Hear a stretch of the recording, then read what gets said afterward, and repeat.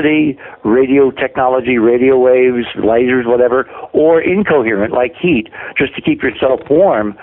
And that allows you then to manipulate the resources of an entire solar system, or, and this is probably going to raise some eyebrows, to create matter out of nothing, out of empty space itself, out of the ether, which I have seen experiments that demonstrate that that's possible with this physics.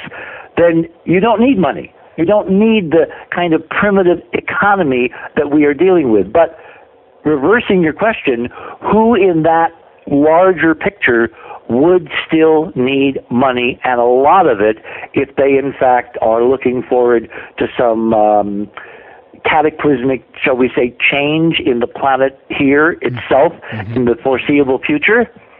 Obviously, the terrestrial representatives of this breakaway civilization here on Earth, still kept, still trapped, still here within our civilization and amongst us.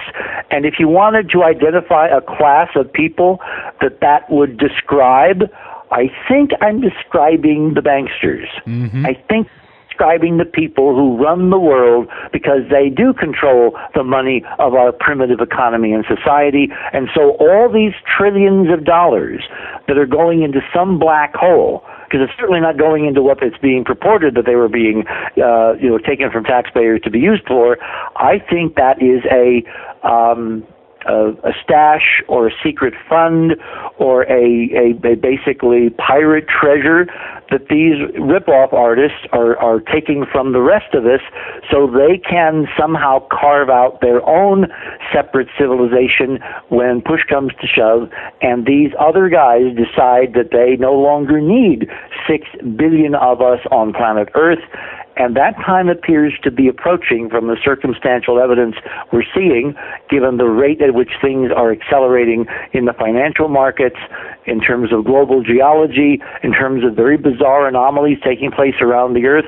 So I think not only are we looking at a secret space program, but we're probably looking now at a secret space war being fought between those on Earth who are trying to maintain their position and those out there who have finally decided that if we continue along our present track, we will become a competition for them, and they cannot allow that. They cannot, afford to have that happen, and so they are taking steps to basically quarantine us here on Earth.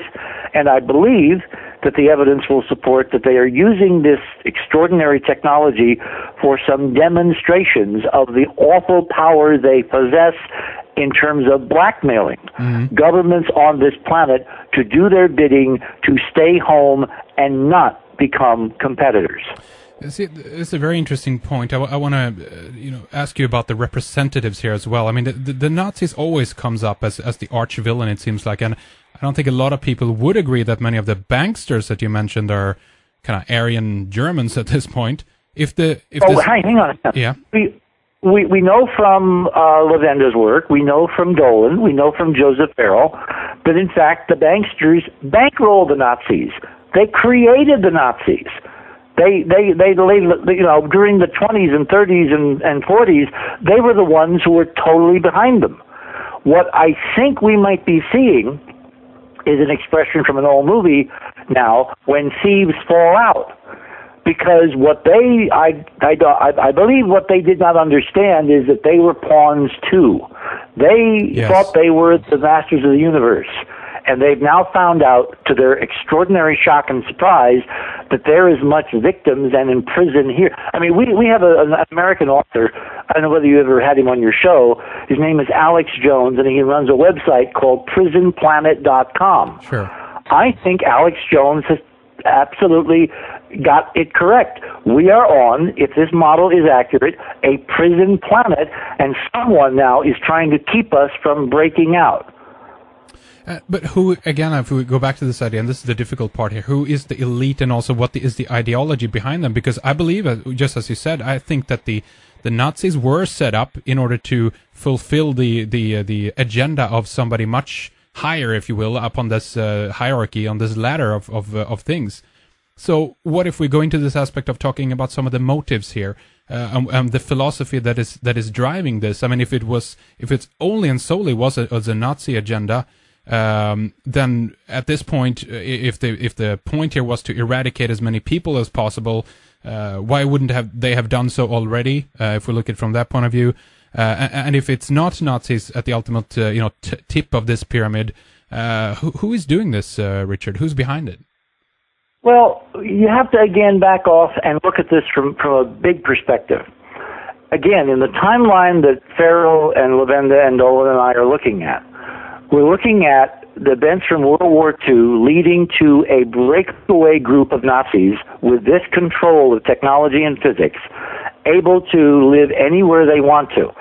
But it's a relatively tiny group of people to start with. Now, you can live anywhere you want to, but is anywhere you want to as nice as Earth? Remember, in the entire solar system, the only planet where you can walk on beaches and look at sunsets and admire aurora and basically live as, we have been living for thousands of years without technology is here.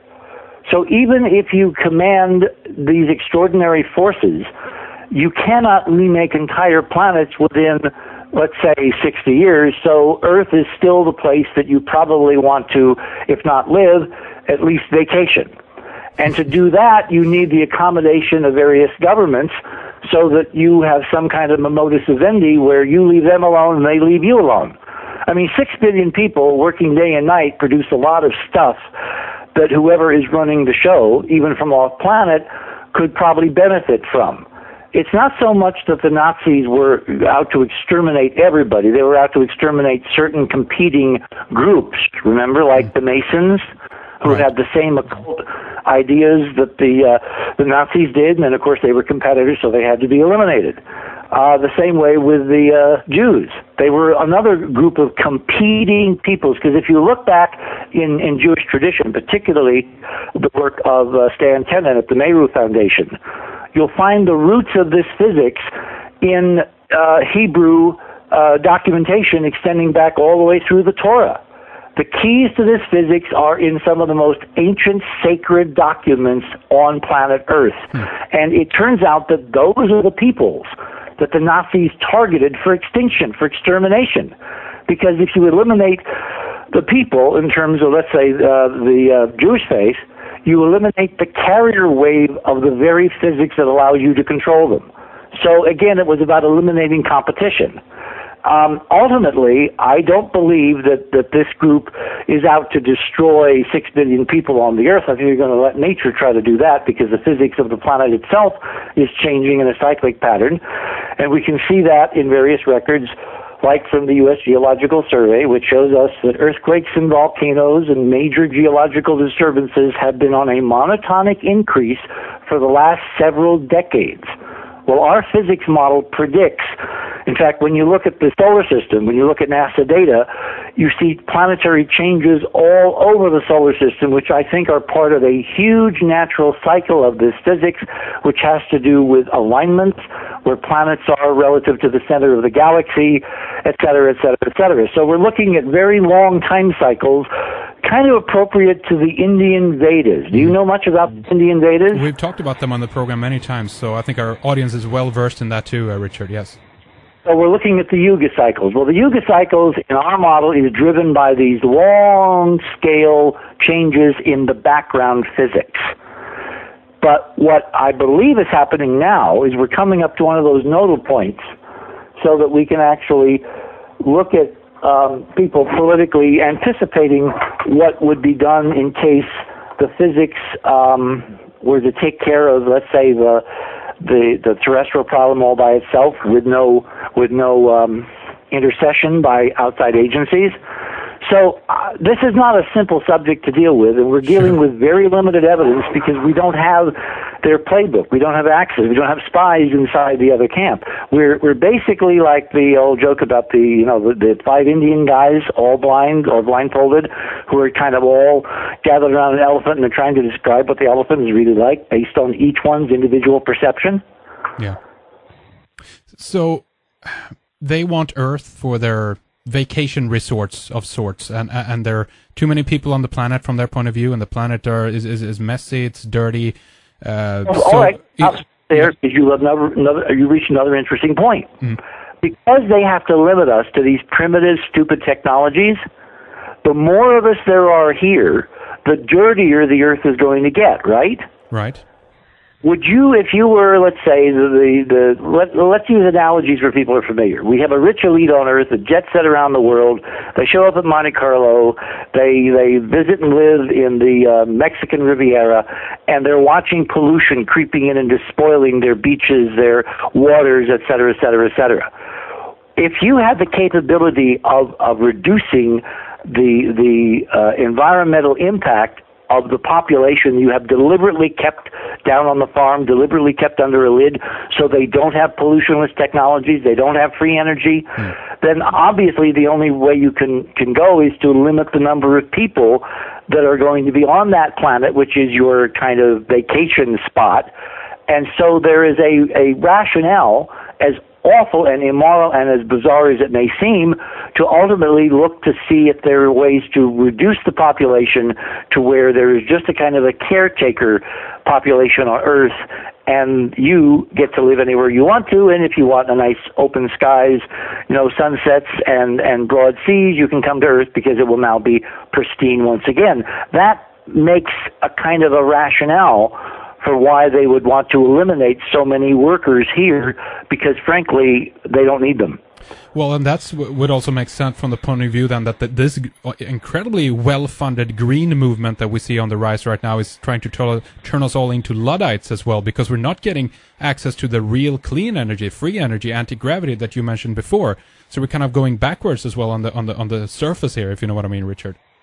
Well, again, this follows the model exactly, because if they have to keep some of us around for like maintenance staff, okay, serfs, slaves, whatever you want to call them, because bodies, remember, are a lot cheaper than technology. Yeah. Even in a world where you don't price things, it is so much easier to tell a human being what to do than to tell a robot what to do, because robots, even the best of them, break down. Yeah, it's true. So what are we looking at here in terms of? I mean, again, if we examine this logically, rationally, if they are behind some of the major catastrophes that are happening on the planet right now, Richard, oil spill, nuclear meltdown here at the facilities, if that's what they are, how does that play into this? Because that makes it even more dirty, right? What's going on? Well, remember, it's only a short term. They are thinking long term. Transitions are messy. You have to get from here to there, right? And if going back to what I said earlier, this physics, this technology allows you to extend human lifespans to extraordinary levels. Where is the last time we read in actual documents that human beings lived, 1,000 years? Probably the Bible, I guess, huh? Precisely. And where is that derived from? What culture? What population? I would say the Essenes, but the Hebrews, I guess, or the Hyksos, if you look at some of the other people out there, yeah? Exactly. So if they have now been able to regenerate that ancient knowledge to where they can live 1,000 years productively, then they can afford to take the long view. Let's say it takes 100 years to totally transition from the population on the Earth we have now to where it's down to where they are happy and the Earth is returned to somewhat like the Garden of Eden. Mm-hmm. Well, 100 years, if you live 1,000 years, is 1/10 of your lifespan. That's for a human being now. If you live 60, 70 years, that's like 6 years. So even nuclear radiation is no biggie here, or maybe they even have cleanup technologies that we don't know about. Well, remember, the nuclear radiation can be ameliorated with this technology, so it goes away in hours. How do I know that? Because some years ago, on Good Morning America, some friends of mine demonstrated a pebble bed cold fusion technology that in 20 minutes reduced by half the radiation on live television in a beaker that has a half-life of 4.5 billion years. Let me repeat that. Uranium breakdown takes 4.5 billion years to get rid of half the uranium which is fissioning. they were able to demonstrate from cold fusion technologies on Good Morning America years ago on live television the ability to break down that nuclear waste in 20 minutes and not have to wait 4.5 billion years for it to go away by half. So those technologies, again,